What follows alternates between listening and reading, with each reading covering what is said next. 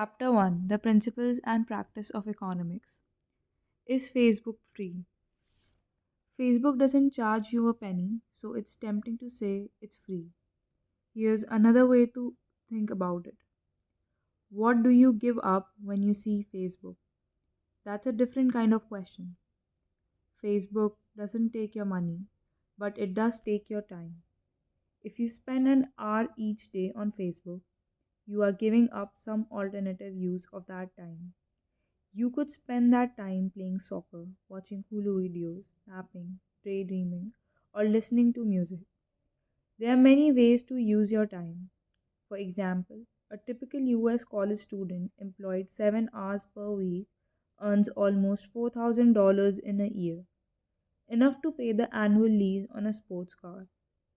A part time job is just one alternative way to use the time that you spend on Facebook. In your view, what is the best alternative use of your Facebook time? That's the economic way of thinking about the cost of Facebook. In this chapter, we introduce you to the economic way of thinking about the world. Economists study the choices that people make, especially the costs and benefits of those choices, even the costs and the benefits of Facebook. Key ideas. First, economics is the study of people's choices. Second, the principle of economics is that people try to optimize. They try to choose the best available option. Third, the second principle of economics is that economic systems tend to be in equilibrium, in a situation in which nobody would benefit by changing his or her own behavior. Fourth, the principle of economics is empiricism, analysis that uses data. Economists use data to test theories and to determine what is causing things to happen in the world. Page 2, Topic 1.1: The Scope of Economics. Most people are surprised to learn how much ground economics covers. Economics study all human behavior, from a person's decision to lease a new sports car to the speed the new driver chooses as she rounds a hairpin corner to a decision not to wear a seatbelt. These are all choices and they are all fair game to economists, and they are not all directly related to money. Choice, not money, is the unifying feature of all the things that economists study. In fact, economists think of almost all human behavior as the outcome of choices. For example, imagine that dad tells his teenage daughter that she must wash the family car. Though it may not be obvious, the daughter has several options. She can wash it, she can negotiate for an easier chore, she can refuse to wash it and suffer the consequences, or she can move out. Admittedly, a drastic response, but still a choice. Obeying one's parents is a choice, though it may not always feel like one. Economist agents and economic resources. Saying that economics is all about choices is an easy way to remember what economics is. To give you a more precise definition, we first need to introduce two important concepts: economic agents and resource allocation. An economic agent is an individual or a group that makes choices. Let's start with a few types of individual economic agents. For example, a consumer chooses to eat bacon cheeseburgers or tofu burgers. A parent chooses to enroll his children in public school or private school. A student chooses to attend his classes or to skip them. A citizen chooses whether or not to vote, and if so, which candidate to support. A worker chooses to do her job or pretend to work while texting. A criminal chooses to hotwire cars or mug little old ladies. A business leader chooses to open a new factory in Chile or China. A senator chooses to vote for or against a bill. Of course, you are also an economic agent because you make an enormous number of choices every day. Not all economic agents, however, are individuals. An economic agent can also be a group, a government, an army, a firm, a university, a political party, a labor union, a sports team, a street gang. Sometimes economists simplify their analysis by treating these groups as a single decision maker, without worrying about the details of how the different individuals in the group contributed to the decision. For example, an economist might say that Apple prices the iPhone to maximize its profit, glossing over the fact that hundreds of executives participated in the analysis that led to the choice of the price. Chapter 1, page 3 of the chapter, and page 36 of the reading. The second important concept to understand is that economics study the allocation of scarce resources. Scarce resources are things that people want, where the quantity that people want exceeds the quantity that is available. Gold wedding bands, shiatsu massages, Coach handbags, California peaches, iPhone, triple chocolate fudge ice cream, and rooms with a view are all scarce resources. And so are most ordinary things like toilet paper, subway seats, and clean drinking water. Scarcity exists because people have unlimited wants in a world of limited resources. The world does not have enough resources to give everyone everything they want. Consider sports car. If sports car were given away for free, there would not be enough of them to go around. Instead, sports car are sold to the consumer who are willing to pay for them. The existence of a marketplace for sports cars gives economic agents lots of choices. You have 24 hours to allocate each day. This is your daily budget of time. You choose how many of those hours you will allocate to Facebook. You choose how many of those 24 hours you will allocate to other activities, including a job. If you have a job, you also choose whether to spend your hard earned wages on a sports car. These kinds of decisions determine how scarce sports cars are allocated in a modern economy to the consumers who are willing and able to pay for them. Economists don't want to impose our taste for sports cars, hybrids, electric vehicles, SUVs, or public transportation on you.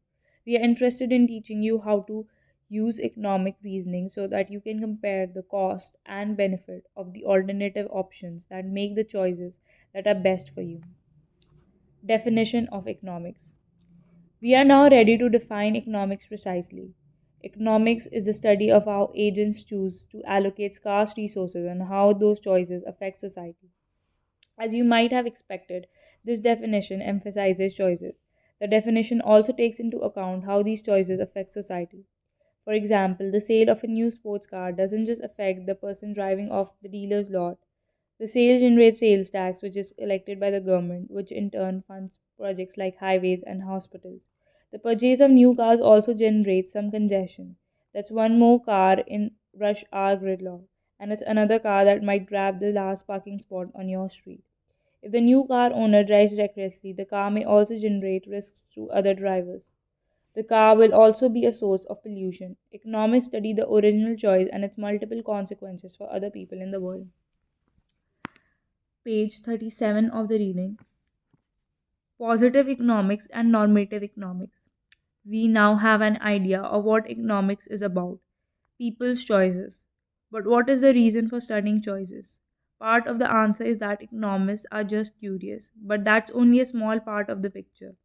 Understanding people's choices is practically useful for two key reasons. Economic analysis. First, describes what people actually do, positive economics. Second, recommends what people ought to do, normative economics. The first application is descriptive and the second is advisory. Positive economics describes what people actually do. Descriptions of what people actually do are objective statements about the world. Such factual statements can be confirmed or tested with data. For instance, it is a fact that in 2010, 50% of US households earned less than $52,000 per year. Describing what has happened or predicting what will happen is referred to as positive economics or positive economic analysis. For example, consider the prediction that in 2020, US households will save about 5% of their income. The forecast can be compared to future data and either confirmed or disproven. Because a prediction is ultimately testable, it is part of positive economics. Normative economics recommends what people ought to do. Normative economics, the second type of two types of economic analysis, advises individuals and society on their choices. Normative economics is about what people ought to do. Normative economics is almost always dependent on subjective judgments, which means that normative analysis depends at least in part on personal feelings, tastes, or opinions. So, whose subjective judgments do we try to use? Economists believe that the person being advised should determine the preferences to be used. For example, if an economist were helping a worker to decide how much to save for retirement, the economist would first ask the worker about her own preferences. Suppose the worker expressed a high degree of patience. I want to save enough so I can maintain my level of expenditure when I retire. In this case, the economist would recommend a saving rate that achieves the worker's desire for steady consumptions throughout a life, about 10 to 15% of income for most middle income families. Here, the economist plays the role of engineer, finding the saving rate that will deliver the future level of retirement spending that the worker wants. The economist does not tell the worker what degree of patience to have. Instead, the economist asks the worker about her preferences and then recommends a saving rate that is best for the worker given her preferences. In the mind of most economists, it is legitimate for the worker to choose any saving rate as long as she understands the implication of that saving rate for expenditure after retirement. Normative analysis and public policy. Normative analysis also generates advice to society in general. For example, economists are often asked to evaluate public policies like taxes or regulations. When public policies have winners and losers, citizens tend to have opposing views about the desirability of the government program. One person's migratory bird sanctuary is another person's mosquito infected swamp. Protecting a wetland with environmental regulations benefits bird watchers but harms landowners who plan to develop that land. When a government policy had winners and losers, economics will need to make some ethical judgment to conduct normative analysis. Economists must make ethical judgments whenever we evaluate policies that make one group worse off so another group can be made better off. Ethical judgments are usually unavoidable when economists think about government policies because there are very few policies that make everyone better off. Deciding whether the costs experienced by the losers are justified by the benefits experienced by the winners is partly an ethical judgment. It is ethical to create environment regulations that prevent a real estate developer from draining a swamp so he can build new homes? Question mark. What if page 38 of the reading. Those environmental regulations project migratory birds that other people value. Are there other solutions to this seemingly unresolvable problem? Should the government try to buy the land from the real estate developer? And if is the government's policy, how should society determine the price that the government offers the developer? Should the developer be forced to sell at that price? These public questions, which all ask what society should do, are normative economic questions. Microeconomics and macroeconomics. There is one other distinction that you need to know to understand the scope of economics. Economics can be divided into two broad fields of study, though many economics do a bit of both. Microeconomics is a study of how individual households, firms, and government make choices, and how those choices affect prices, the allocation of resources, and the well being of other agents. For example, microeconomics design policies that reduce pollution because global warming is partially caused by carbon emissions from coal, oil, and other fossil fuels. Microeconomics design policies to reduce the use of these fuels. For example, a carbon tax targets carbon emissions. Under a carbon tax, relatively carbon intensive energy sources like coal power plants pay more taxes per unit of energy produced than energy sources with lower carbon emissions like wind farms. Microeconomists have the job of designing carbon taxes and determining how much taxes will affect the energy usage of households and firms. In general, microeconomics are called upon whenever we want to understand a small piece of the overall economy. Macroeconomics is the study of economy as a whole. Macroeconomists study economy wide phenomena like the growth rate of a country's total economic output, or the percentage increase in overall prices, the inflation rate, or the fraction of the labor force that is looking for work but cannot find a job, the unemployment rate. Macroeconomists design government policies that improve overall or aggregate economic performance.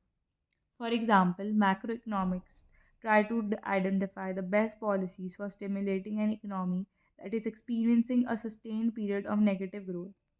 In other words, an economy in recession.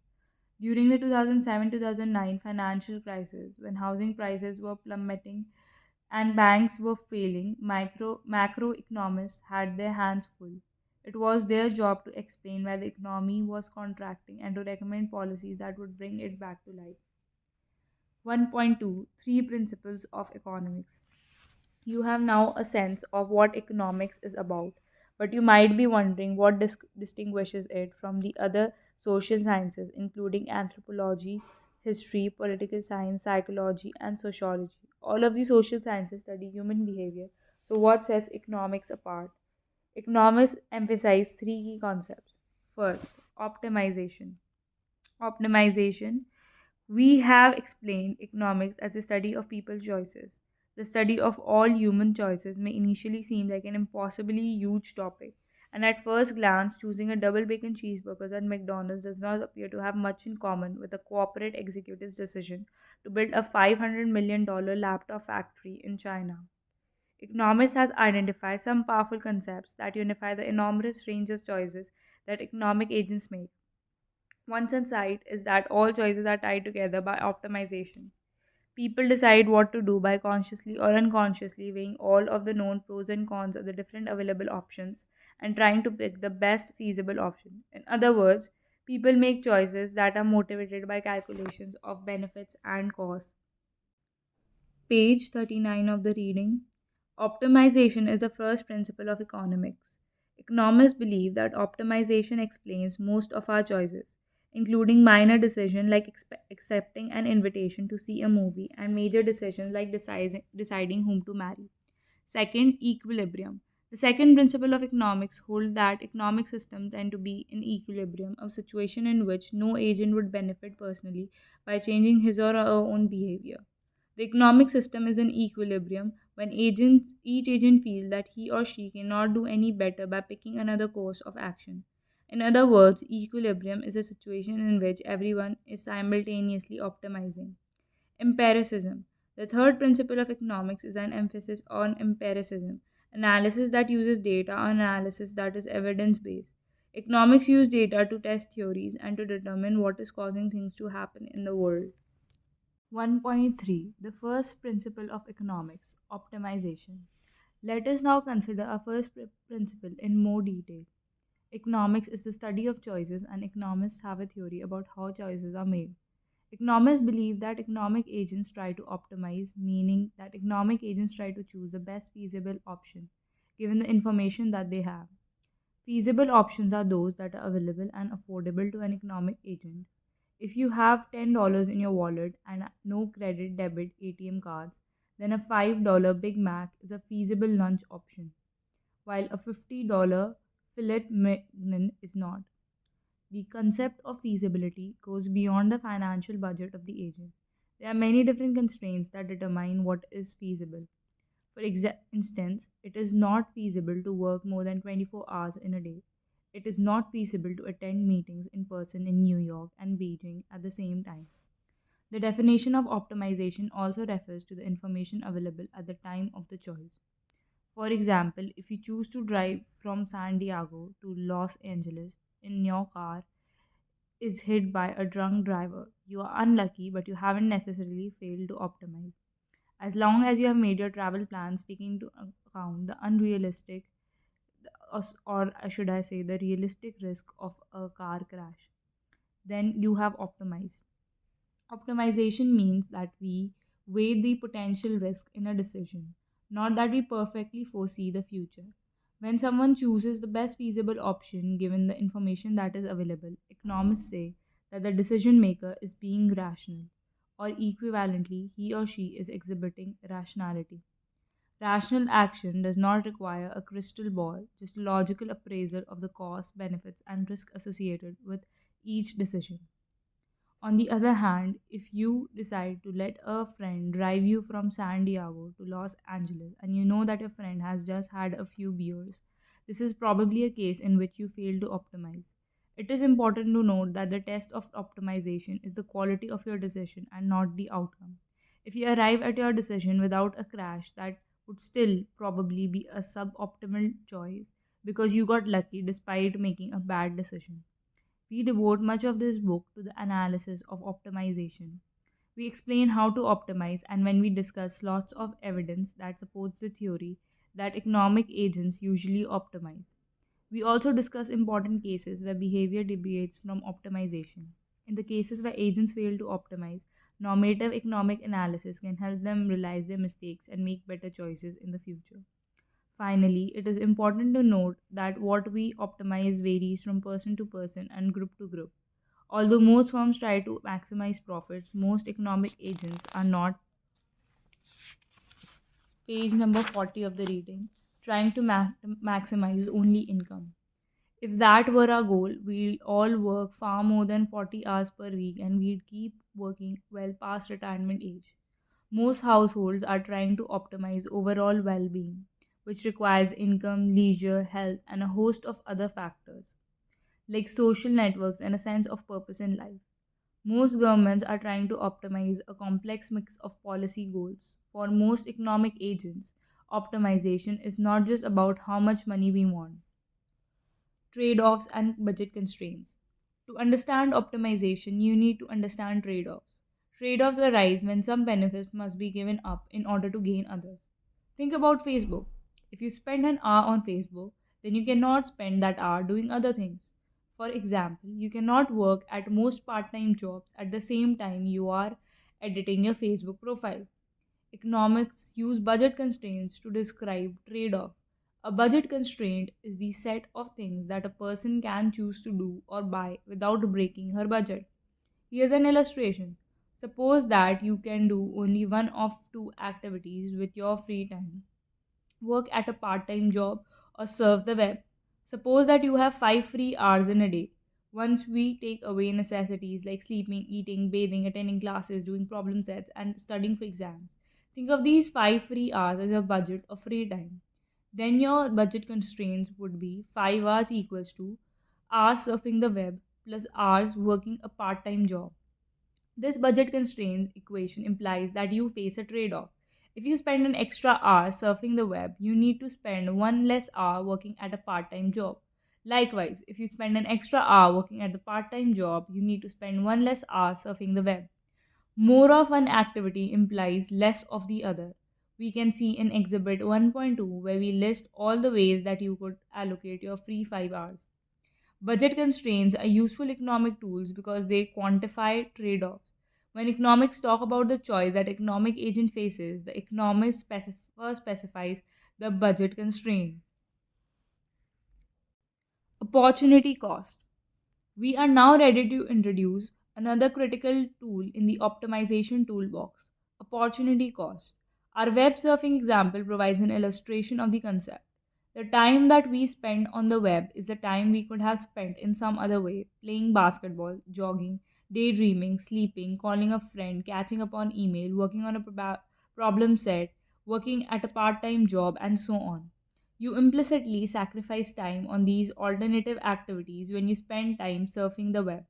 Unless you secretly use Facebook while you are being paid for a job, in this case, you keep your boss off your friend list.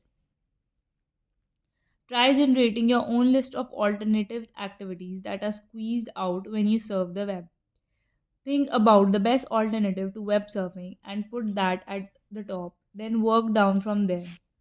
Your list illustrates the concept of opportunity cost. You can either spend a specific hour of your day surfing the web or on some other activity. In most situations, you can't simultaneously do both. Page number 41 of the reading. Evaluating trade offs like this can be difficult because so many options are under consideration. Economists tend to focus on the best alternative activity. We refer to this best alternative activity as the opportunity cost. This is what an optimizer is effectively giving up when she serves the web. The importance of opportunity cost is clear when we once remember that resources are limited or scarce. Whenever we do one thing, something gets squeezed out. When you serve the web for an hour, some other activity is reduced by an hour. Though you may not think about it at the time, you can't write a term paper and update your Facebook page at the same time. Even if you only postpone the term paper, something else has got to give when that postponed time comes up. Studying for the economics final. Optimization requires that you take account of the opportunity cost of whatever you are doing. In essence, an optimizer always considers how else she could be using her limited resources. Here's another example to drive home the concept. Assume that your family is taking a vacation over spring break. Your choices are a Caribbean cruise, a trip to Miami, or a trip to Los Angeles. Assume that you will have the same monetary cost and use the same amount of time. If your first choice is the cruise and your second is Miami, then your opportunity cost of taking the cruise is the Miami trip. The concept of opportunity cost applies to all resources, not just your time budget of 24 hours each day. Suppose that a woodworker has a beautiful piece of maple that can be used to make a sculpture, or a bowl, or a picture frame. Assume that they'll all use the same amount of wood and take the same amount of time. If the woodworker's first choice is a sculpture and the second choice is a bowl, then the bowl is the opportunity cost of making the sculpture. Assigning a monetary value to an opportunity cost. Economists sometimes try to put a monetary value on opportunity cost, translating benefits and costs into monetary units like dollars or yen. Makes everything easier to analyze. One way to estimate the monetary value of an hour of your time is to analyze the consequences of taking a part time job or working additional hours at the part time job you already have. The opportunity cost of your time is at least the net benefit that you would receive from a job, assuming that you can find one that fits your schedule. Here's why: a part time job is one item in the long list of alternatives to surfing the web. If the part time job is at the top of your list, then it's best alternative, and the part time job is your opportunity cost of surfing the web. What if the part time job is not at the top of your list, so it's not the best alternative? Then the best alternative is even better than the part time job. So the best alternative is worth more than the part time job. To sum up, your opportunity cost is neither the net benefit of a part time job or a value that is even greater than that.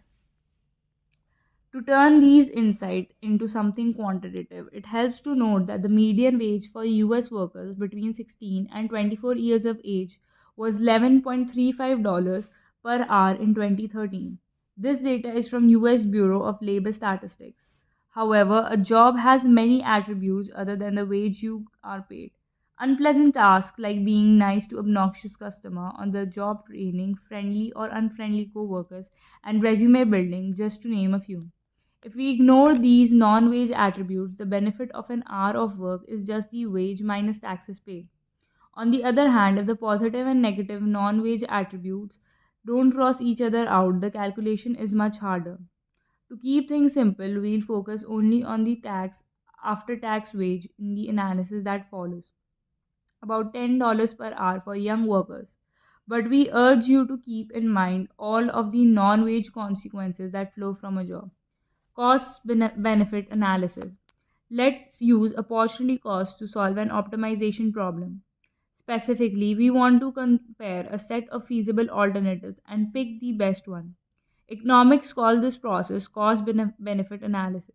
Cost benefit analysis is a calculation that adds up costs and benefits using a common unit of measurement, like dollars.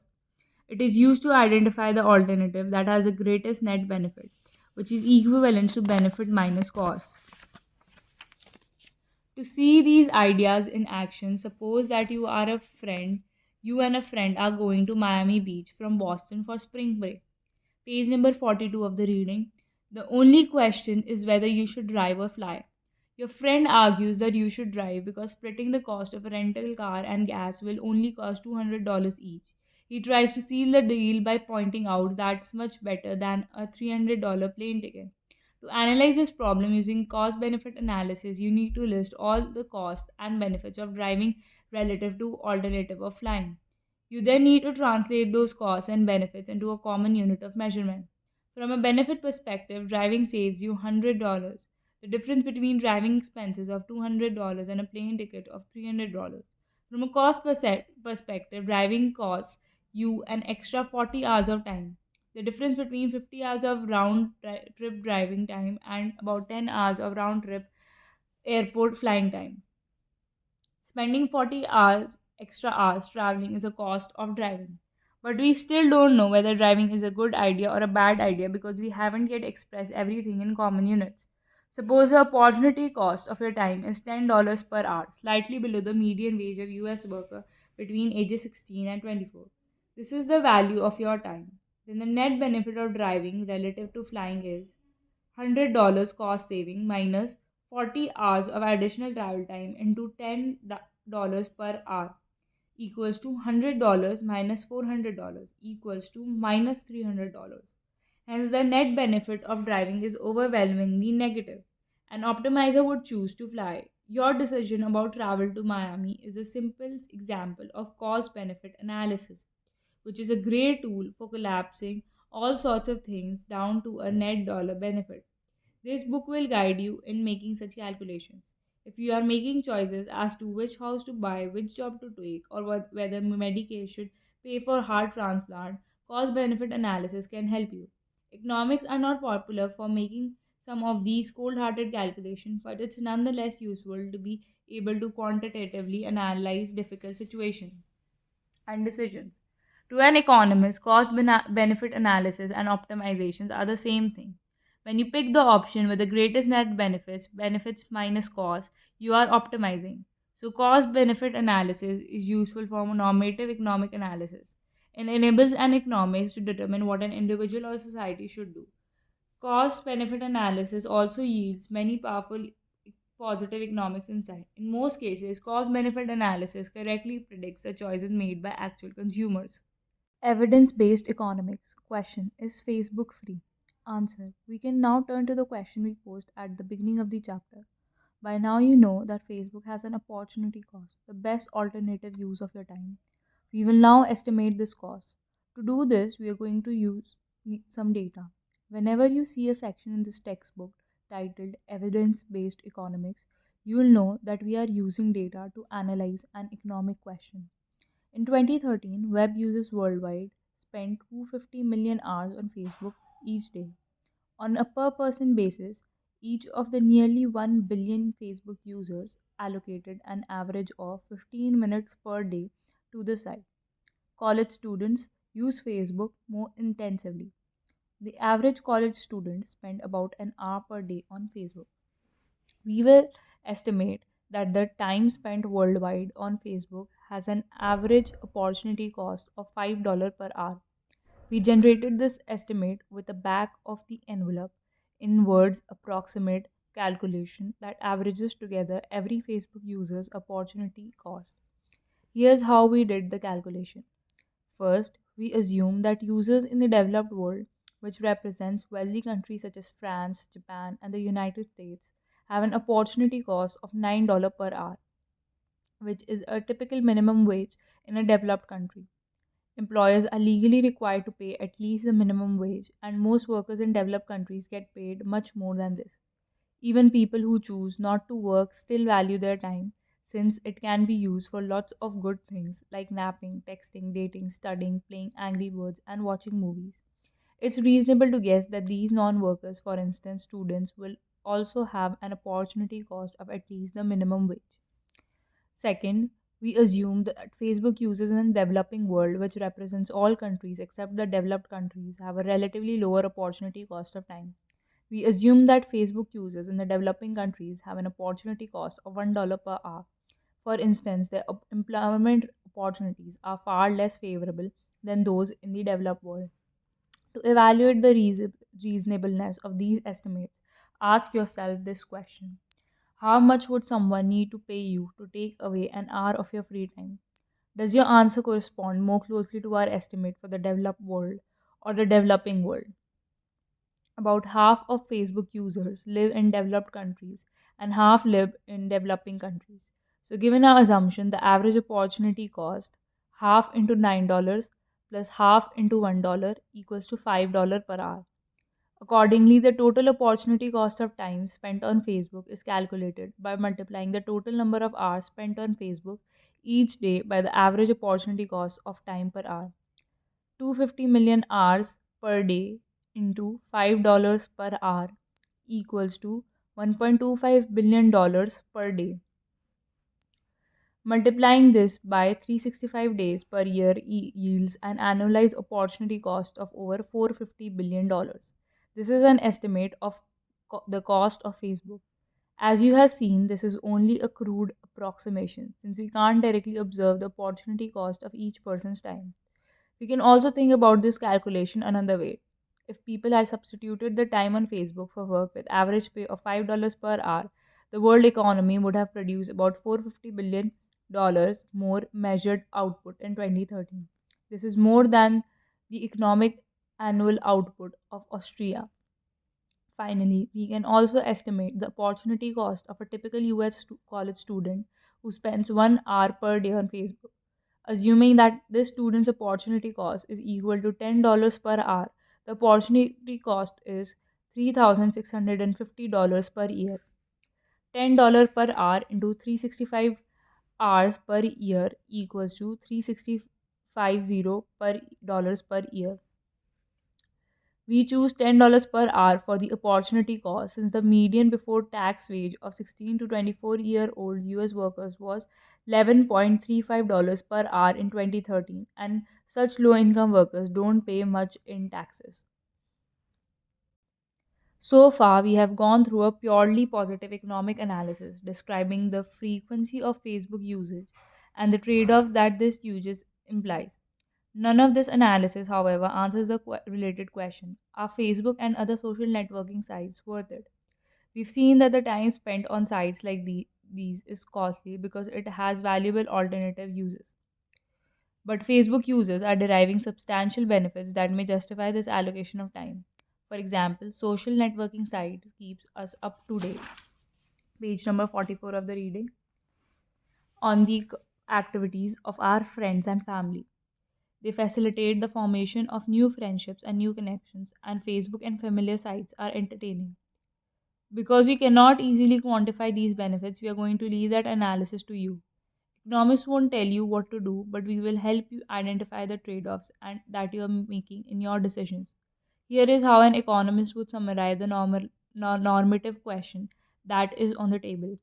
Assuming a $10 per hour opportunity cost, the opportunity cost of using Facebook for an hour per day is $3,650 per hour. Do you receive benefits from Facebook that exceed this opportunity cost? Economics don't want to impose their tastes on other people. In the view of an economist, people who get big benefits from intensive use of Facebook should stay the course. Economics don't want to dictate choices. Instead, we want economic agents to recognize the implicit trade offs that are being made. Economics are interested in helping people make the best use of scarce resources like budgets of money and time. In many circumstances, people are already putting their resources to best use. Occasionally, however, economic reasoning can help people make better choices. Page number 45 of the reading. 1.4 The second principle of economics: equilibrium. In most economic situations, you aren't the only one trying to optimize.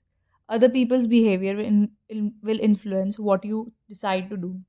Economists think of the world as a group of economic agents who are interacting and influencing one another's efforts at optimization. Recall that equilibrium is a special situation in which everyone is optimizing. So nobody would benefit personally by changing his or her own behavior. An important clarification needs to accompany this definition. When we say that nobody would benefit personally by changing his or her own behavior, we mean that nobody believes they would benefit from such a change. In equilibrium, all economic agents are making their best feasible choices, taking into account all the information they have, including their beliefs about the behavior of others. We would rewrite the definition by saying that in equilibrium, nobody perceives that they will benefit from changing their own behavior. To build intuition, which means understanding, for the concept of equilibrium, consider the length of the regular checkout lines at your local supermarket. Ignore the express lines. If any line has a shorter wait than the others, optimizers will choose that line. If any line has a longer wait than the others, optimizers will avoid that line. So the short lines will attract shoppers and the long lines will drive them away. And it's not just the length of the lines that matters. You pick your line by estimating which line will move the fastest, which incorporates everything that you can see, including the number of items in each person's shopping cart. Economists say that in equilibrium, all of the checkout lines will have roughly the same wait time. When the wait times are expected to be the same, no shopper has an incentive to switch lines.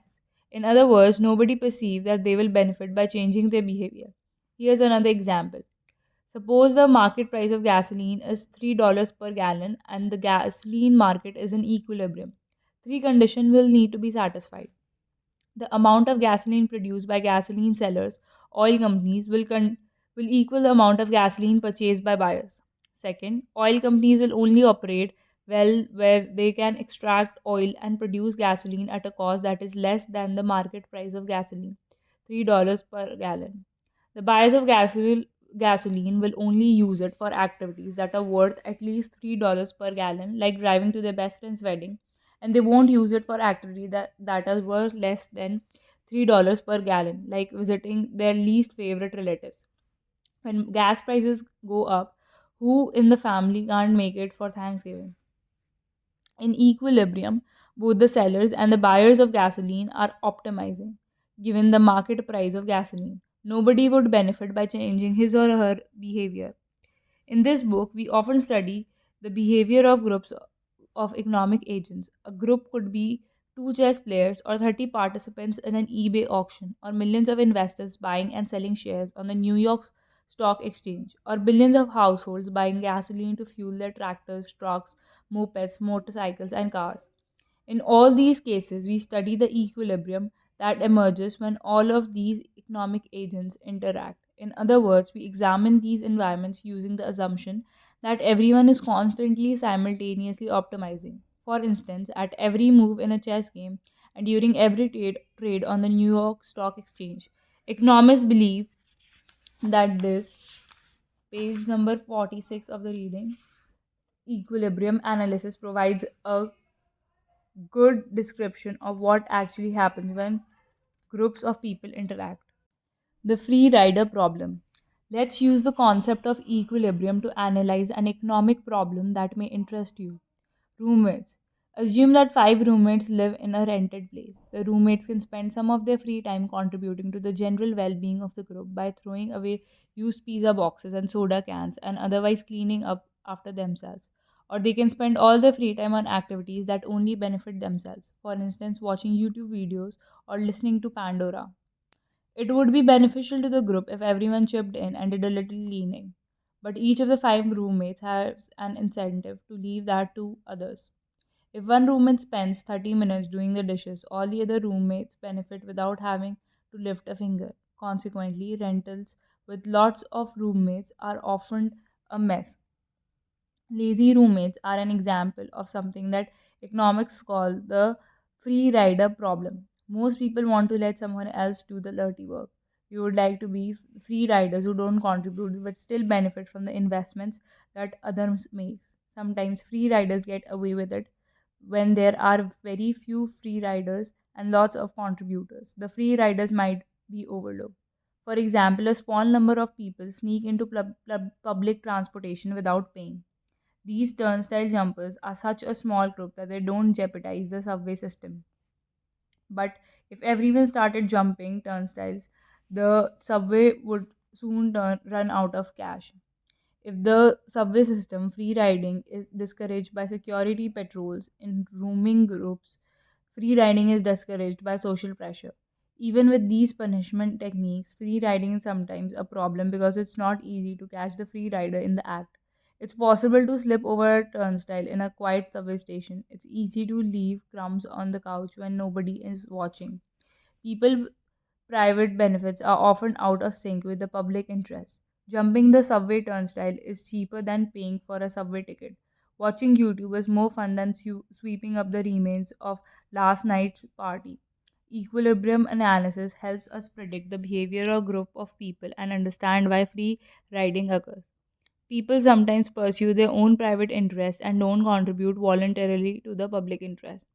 Unfortunately, selfless acts like those of a war hero are exceptional and selfish acts are more common. When people in a group act, each member of the group might do what's best for himself or herself instead of acting in a way that optimizes the well being of the entire group. Equilibrium analysis helps us design special institutions like financial contracts that reduce or even eliminate free riding. For example, what would happen in the rooming group if everyone agreed to pay $5 per week to the roommates uh, roommates who could hire a cleaning service? It would be easier to enforce $5 weekly payments than to monitor compliance with the rule clean up after yourself, even when nobody is here to watch you. Pizza crumbs don't have name tags, so equilibrium analysis explains why individuals often fail to serve the interest of the group and how the incentive structure can be redesigned to fix these problems. 1.5. The third principle of economics, empiricism. Economists test their ideas with data. We call such evidence based analysis empirical analysis or empiricism. Economists use data to determine whether our theories about human behavior, like optimization and equilibrium, match up with actual human behavior. Page number 47 of the reading. Of course, we want to know if our theories fail to explain what is happening in the world. In that case, we need to go back to the drawing board and come up with better theories. That is how economic science and science in general progresses. Economists are also interested in understanding what is causing things to happen in the world. We can illustrate what causation is and is not via a simple example. Hot days and crowded beaches tend to occur at the same time of the year. What is the cause and what is the effect here? It is, of course, that hot days cause people to go swimming. It is not that swimming causes the outside air temperature to rise. But there are other cases when cause and effect are hard to untangle.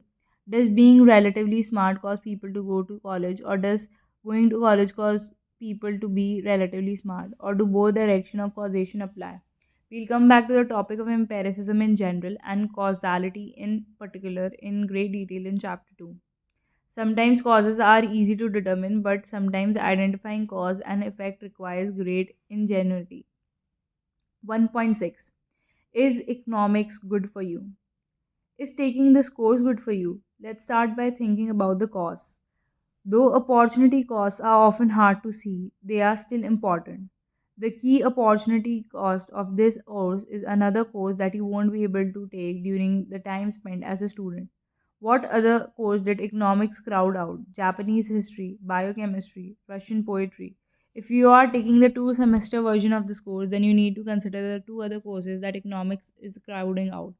Now consider the benefits of an economics education. The benefit come in a few different forms, but the biggest benefit is the ability to apply economic reasoning in your daily life. Whether you're deciding how much to spend on a date, where to go on vacation, or how to keep an apartment with 4 other roommates clean, economic reasoning will improve the quality of your decision.